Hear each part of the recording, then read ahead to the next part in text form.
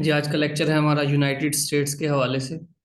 और क्योंकि इसमें बहुत सारे एमसीक्यूज आते हैं, बहुत इंपॉर्टेंट कंट्री है। आई थिंक सबसे ज़्यादा जो एमसीक्यूज किसी कंट्री के हवाले से आते हैं तो यूनाइटेड स्टेट्स है।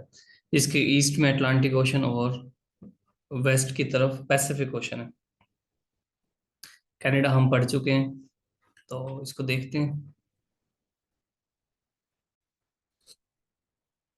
यूएसए की 50 स्टेट्स हैं, ठीक है। और मैंने इसको 48 प्लस हवाई और अलास्का इस तरह लिखा है, क्योंकि नेक्स्ट लेक्चर में हम स्टेट्स के बारे में पढ़ेंगे। अलास्का और हवाई ये इसकी मेन लैंड से सेपरेट है, ठीक है। और यूएस का अगर फ्लैग देखें तो उसमें 13 स्ट्रिप्स हैं और 50 स्टार्स हैं। वो क्या होते हैं, उसकी रीज़न है कि 50 स्टार्स रिप्रेजेंट करते हैं आजकल जो टोटल स्टेट्स हैं, और 13 स्टेट्स वो जो उसकी फाउंडिंग स्टेट्स थी, फाउंडिंग फादर्स या कुछ स्टेट्स थी जिन्होंने मिलकर कहा था कि हाँ हम एक इंडिपेंडेंट कंट्री हैं। और उसके बाद फिर इन्होंने इंपीरियलिज्म शो किया और बाकी स्टेट्स को अपने साथ मिलाते चले गए पॉलिटिक्स के थ्रू या जबरन।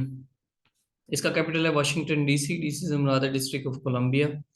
ये भी एक स्टेट है जो कि हम डिटेल में पढ़ेंगे, ठीक है। उससे रेलिवेंट इंफॉर्मेशन भी लेंगे, उसमें क्या स्ट्रक्चर है और मुख्तलिफ स्टेट्स में कौन कौन से हेड क्वार्टर्स हैं मुख्तलिफ एजेंसीज के। इसके अलावा एक एमसीक्यूज आता है कि federal bureau of investigation, FBI, ठीक है, किसकी गवर्नमेंटल एजेंसी है, यूएस की। ये इसका फ्लैग है, ठीक है। ये स्ट्रिप्स हैं इसके अंदर, और ये 50 स्टार्स। ये देखें जी, ये इसकी 13 स्टेट्स हैं, और 13 स्टेट्स देखें आप बिल्कुल अटलांटिक ओशन के साथ ये जो स्टेट्स थी।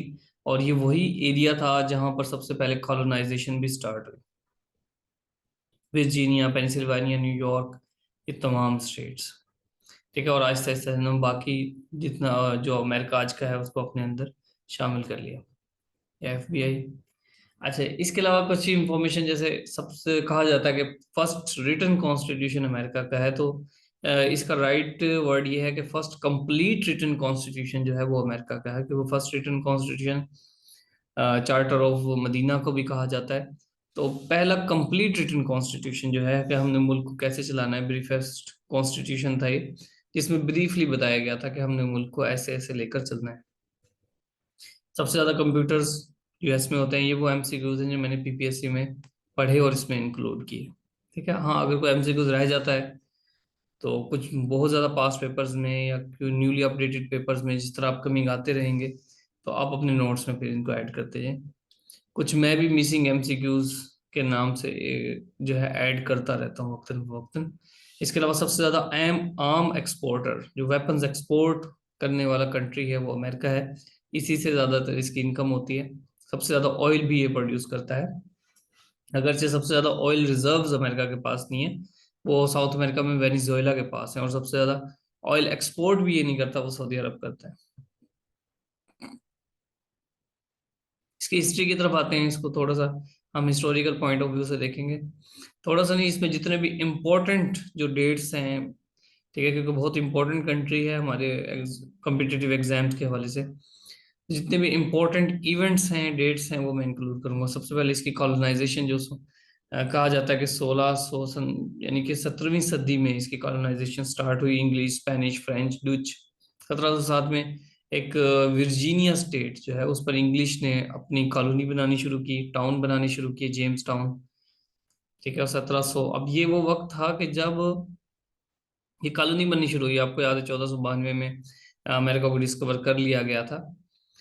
तो वहाँ के जो नेटिव्स थे उनके खिलाफ ऑपरेशन हो चुका था बेशुमार, और नेटिव्स को सबजुड्यू कर दिया था उन्होंने, महकूम बना लिया था। अब सिर्फ कॉलोनी बनानी थी, और कुछ उनके साथ अच्छे ताल्लुकात भी बन चुके थे, किसी के साथ फाइट भी हो चुकी थी। तो इस तरह से उस वक्त ये कंडीशन थी 1708 में।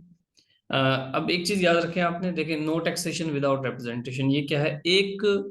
क्योंकि इंग्लिश यहाँ पर आ रहे थे, जो इंग्लिश आ रहे थे वो बेसिकली वहाँ की पब्लिक थी या पॉलिटिशियंस थे या फिर अफ्रीकन गुलाम भी थे, जो वहाँ कॉलोनाइजेशन को मतलब बढ़ा रहे थे, आबाद कर रहे थे।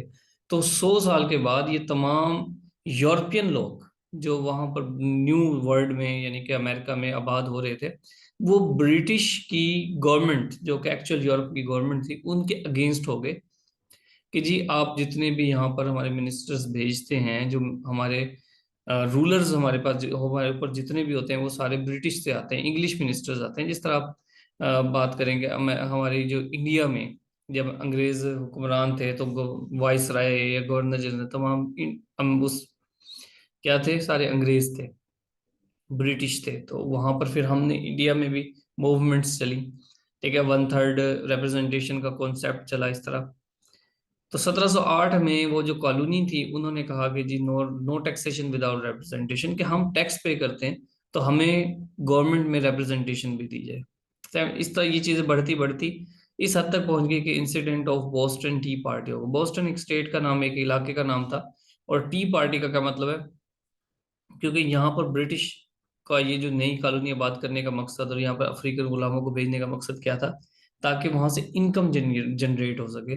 तो यहाँ पर टी काश्त की जाती थी अमेरिकन लैंड में, जो कि सूटेबल थी, और ये तमाम की तमाम टी बाद में इसको बर्तानिया भेजा जाता था, जिसको एक्सपोर्ट करके ये रेवेन्यू जनरेट करते थे।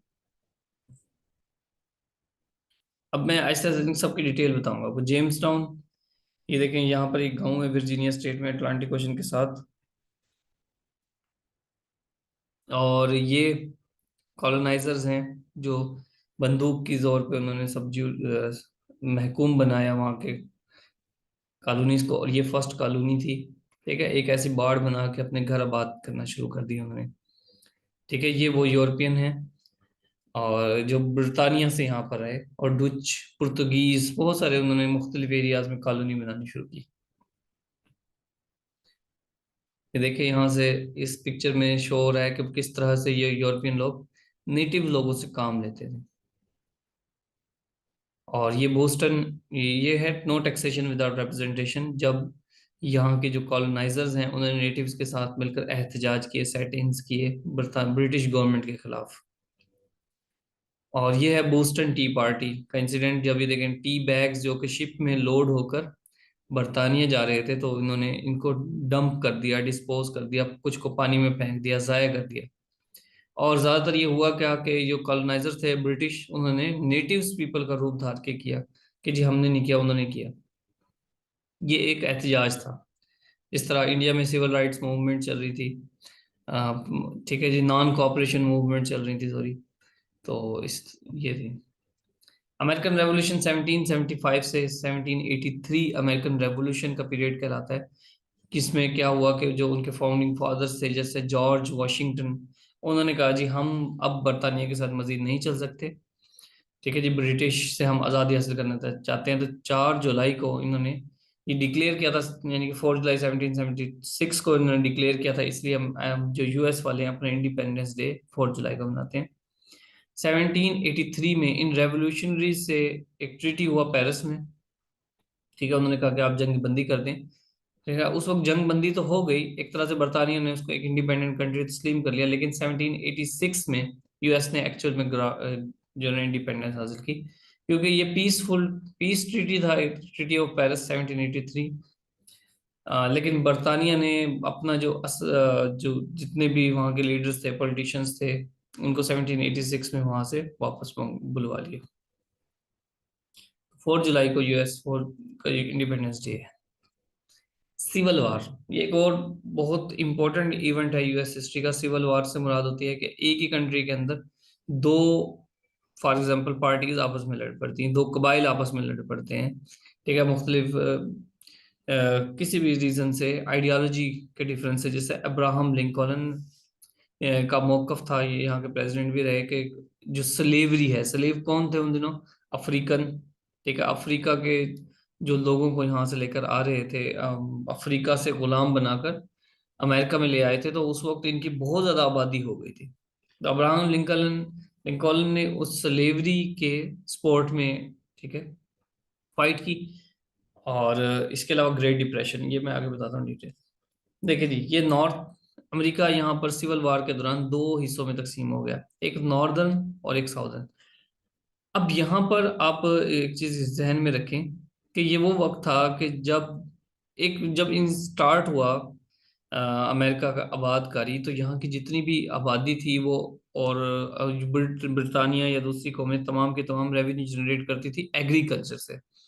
और उसके बाद इंडस्ट्रियलाइजेशन शुरू हो गई, इंडस्ट्री बननी शुरू हो गई। तो यहाँ पर यहाँ के जो लीडर थे ब्लू वाले, जिस तरह अब्राहम लिंकन, उन्होंने कहा कि इंडस्ट्रीज को अगर हमने बूस्ट अप करना है तो स्लेवरी को खत्म करें।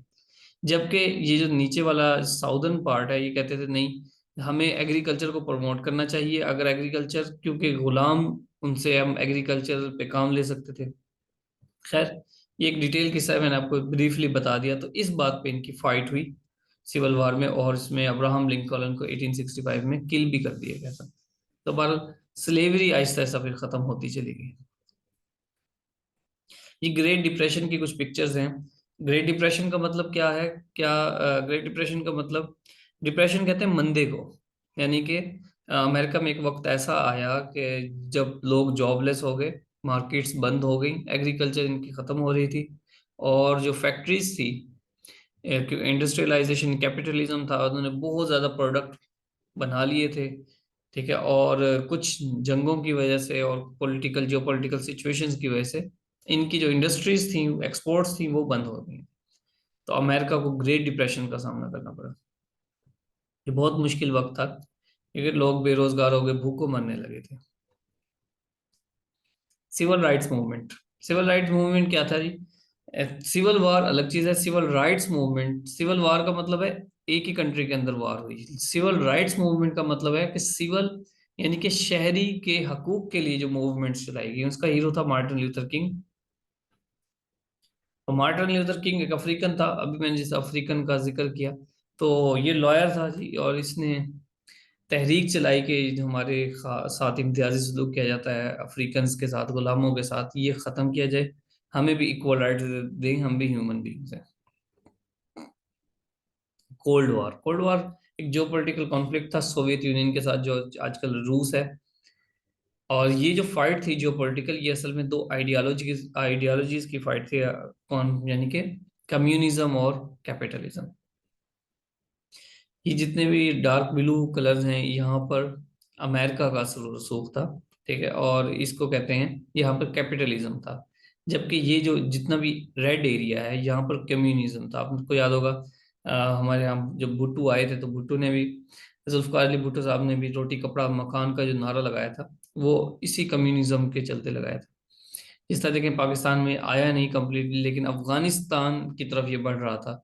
तो इसको, ये सिर्फ अफगानिस्तान की तरफ नहीं बढ़ रहा था, बल्कि यूरोप के भी मेन मेन जितने भी कंट्रीज हैं, इस इसने अपनी लपेट में ले लिए थे। तो यूएस को लगा कि अगर सोवियत यूनियन की आइडियोलॉजी प्रिवेल करेगी तो हमारा रोजगार बंद हो जाएगा। बस ये इस तरह से ये फाइट इंक्रीज होती चलेगी। चलिए जी, आज के लिए बस इतना ही।